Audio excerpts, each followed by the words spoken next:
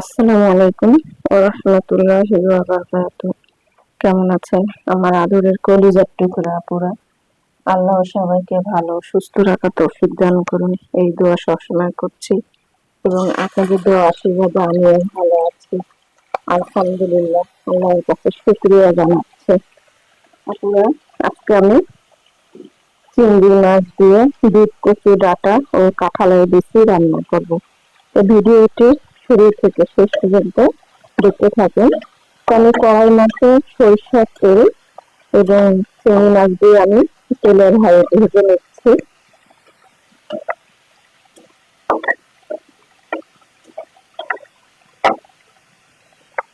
ভাজানো হয়ে গেল, এখন আমি দিব কাঁচামরিচ কাটানো,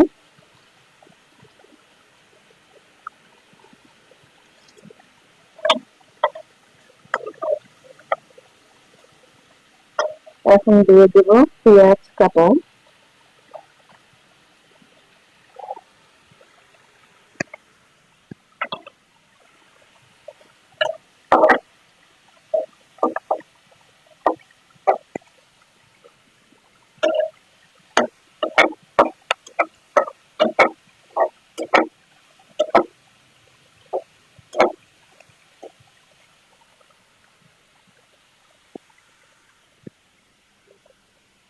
এবারে দিয়ে দিব জিরা, ধনিয়া গুঁড়ো, সামান্য একটু পাঁচফোড়ন, লবণ ও গুঁড়ো হলুদ দিয়ে দিচ্ছি।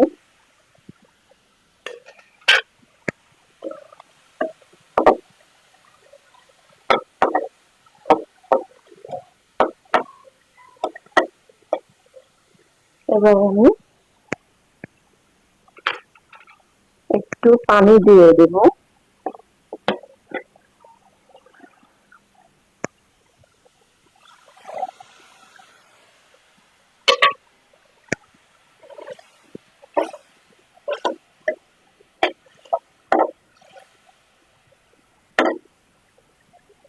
পানি দিয়ে দিলাম, আমি একটু কষিয়ে নিব চিংড়ি মাছগুলো।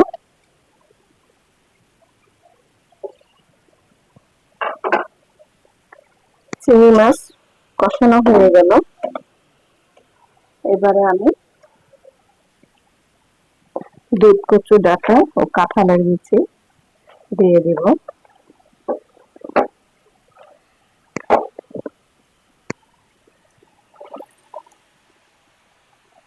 আপুরা, কাঁঠালের বিচি দেখুন, আপনাদেরকে দেখাচ্ছি, একদম কালারটা ভালো আছে, কোনো ডিসকালার হয়নি। যেহেতু কাঁঠালের সিজন না এখন, আমি প্লাস্টিক করে ফ্রিজে রেখে দিয়েছিলাম, এই জন্যই কাঁঠালের বিচিগুলো ভালো আছে। আপনারা যারা এইভাবে কাঁঠালের বিচি রেখে দিয়েছেন খেয়ে দেখুন, ভালোই লাগবে। আর এই দুধ কচু, এটা হচ্ছে বেশিরভাগ দেশ গ্রামেই পাওয়া যায়, শহরে কিনতেও পাওয়া গেলে আপনারা কিনে খাবেন। এটা কোনো মুখেও ধরে না, আর খেতে অসম্ভব মজাদার।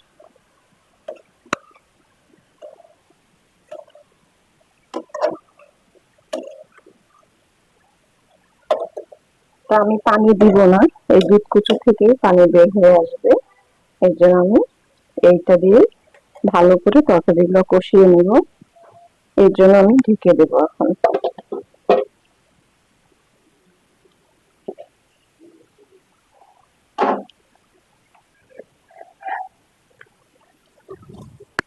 পুরো দুধ কচু ডাঁটা চিংড়ি মাছ দিয়ে কাঁঠালের বিচি দিয়ে রান্না তরকারিটা অনেক সুন্দর মজাদার হয়েছে। আপুরা, আপনারা রান্না করে না খেলে বুঝবেন না কত মজাদার হয়েছে। আর তরকারিটাও হয়ে আসছে, আমি এইভাবেই নামিয়ে নেব। একটু মাখানো মাখানো করে রান্নাটা করলাম, আমি এখন নামিয়ে নিচ্ছি।